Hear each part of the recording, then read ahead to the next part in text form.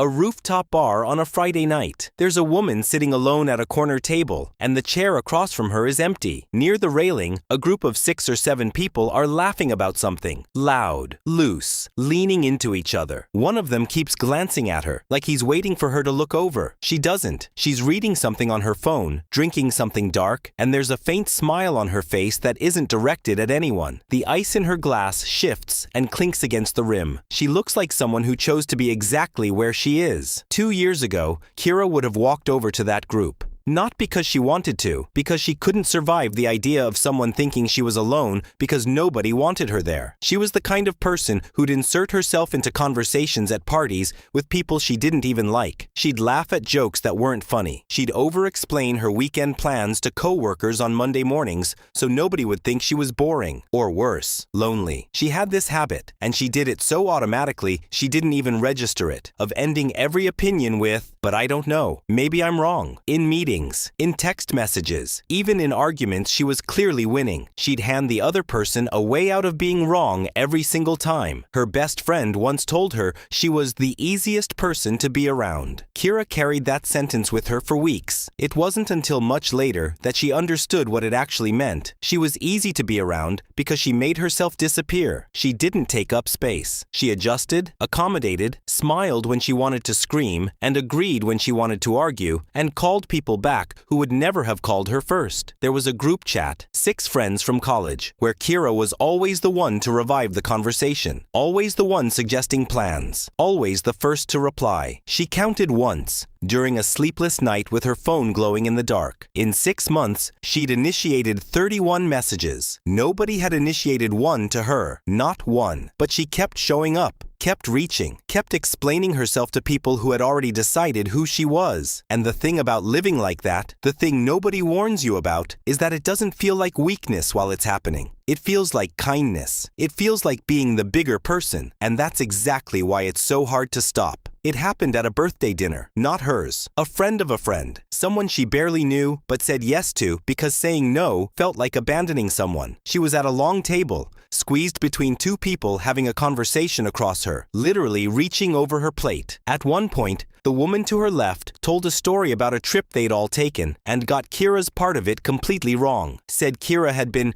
too scared to try parasailing. That wasn't what happened. Kira had stayed behind because her friend was sick and didn't want to be alone. The table laughed, and Kira opened her mouth to correct the story, and something in her just stopped. She looked around. Nobody was waiting for her version. Nobody cared about the truth of it. They had theirs, and she realized, with a cold, strange clarity, like stepping into air conditioning on a burning day, that she'd been doing this her entire life, correcting stories that nobody wanted corrected, explaining herself to people who preferred the wrong version because it was funnier, or easier, or made them feel better about their own choices. She didn't say another word for the rest of the dinner, drove home with no music, no podcast, just the hum of the engine, and a thought she couldn't shake. What if the exhaustion she'd been carrying for years wasn't from working hard or sleeping badly? What if it was from performing? The next few weeks were strange. She started noticing things she'd been blind to. How often she said sorry as a greeting. Sorry, can I ask you something? Like her existence required a disclaimer before anyone had to deal with it. How she'd rewrite a single text message 3 times before sending it. How she'd explain why she couldn't come to something instead of just saying she couldn't come. She tried to stop. She tried just saying no when her coworker asked her to cover a Saturday shift. No explanation, no excuse, just no. It lasted about 4 seconds before she added, I have this thing I can't really move around. She didn't have a thing. She just couldn't stand in the silence that follows a bare no. That silence felt like a verdict, like the other person was building a case against her in real time. And maybe they were, or maybe they weren't thinking about her at all. That second possibility was almost harder to accept. She started reading about it. Not motivational quotes, not self-help captions, but actual research, attachment theory, the fawn response, the difference between people-pleasing and genuine generosity. She found a study that said chronic over-explainers aren't trying to be understood. They're trying to control how they're perceived. That line landed like a door she walked into in the dark, because that's exactly what it was. Every explanation, every qualifier, every, but I don't know, maybe I'm wrong. It was never about being understood. It was about being safe. And the worst part, the part that kept her staring at the ceiling at 2 a.m., was that all that effort hadn't even worked. The people who misunderstood her still misunderstood her. The people who never reached out still never reached out. She'd been running on a treadmill her entire life and calling it a journey. The shift didn't arrive as a single moment. There was no lightning bolt, no speech, no dramatic confrontation. It was more like a tide going out. Slow, quiet, irreversible. It started with the group chat. 31 messages. 0 initiated to her. She didn't write a goodbye. Didn't compose a long paragraph about feeling unseen. She just stopped. Muted the conversation. Let it sit there. And here's what happened. Nothing. Nobody noticed. And instead of devastation, she felt something she didn't expect. Relief. Like setting down a bag she'd forgotten she was carrying. Then the next week, a coworker asked why she'd skipped a Friday happy hour. Old Kira would have offered a paragraph, a reason, a backup reason, a small apology folded into the corner of it. New Kira said, I didn't feel like it. 4 words. Her coworker blinked, said, fair enough, and moved on. The world didn't collapse. Nobody filed a report. Nobody quietly removed her from anything. And in that tiny, ordinary exchange, something rearranged inside her. Something she'd been building wrong for years. She understood, finally, that real strength was never about explaining yourself louder. It was about being at peace with the fact that some people will never understand you, and not needing them to. The people who get you don't need a presentation, and the people who don't get you won't accept one no matter how well you build it. She'd spent years performing for an audience that wasn't even watching. These days, Kira still wakes up early, still checks her phone. Some habits have roots that go deep, but the apology reflex has faded. Not vanished, faded. She still catches it rising sometimes, that instinct to soften herself before entering a room. But now there's a pause between the impulse and the action. A small gap, just enough to choose. Last month, someone at a dinner told a wrong story about her again. She sipped her drink and let it sit in the air like smoke. Didn't correct it. Didn't flinch. She left that conversation 20 minutes later without guilt, without explanation, without looking back to check if anyone noticed her leaving. Her coworker asked her to cover another shift last Tuesday. Kira said no. Just no. Let the silence sit there between them like a third person at the table. It lasted maybe 3 seconds. Felt like 30, but she stayed in it. A friend she hadn't heard from in 5 months sent a long text, not asking how Kira was doing, just venting, just needing something. Old Kira would have dropped everything. New Kira read it, set her phone on the counter, and replied the next morning, calmly, kindly, on her own time. She doesn't announce any of this, doesn't post about boundaries or tell people she's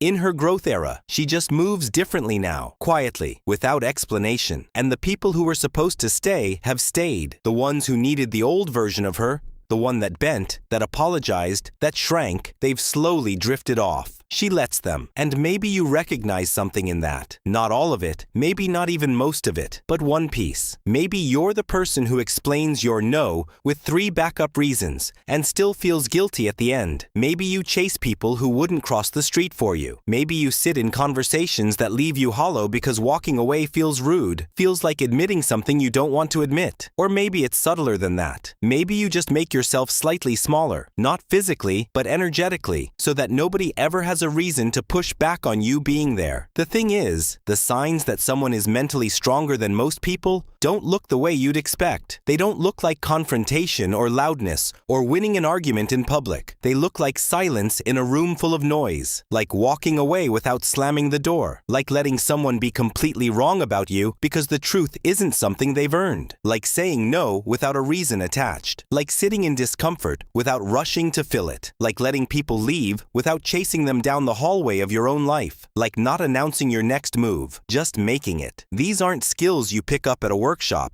They're things you grow into, slowly and painfully, by getting so tired of the alternative that silence becomes louder than any correction you could offer. And the strange part is, nobody will congratulate you for most of them. Nobody throws a party when you stop over-explaining yourself. Nobody notices the moment you let a wrong story stand. The only person who notices is you. And that has to be enough. Because that, the willingness to let your own quiet peace be the only reward, might be the strongest sign of all. A rooftop bar on a Friday night. A woman at a corner table, alone. The group near the railing is still laughing, still celebrating. One of them glances over again. She doesn't look up. She's not performing solitude. She's not proving anything to anyone. She's just there, whole, unhurried, unexplained.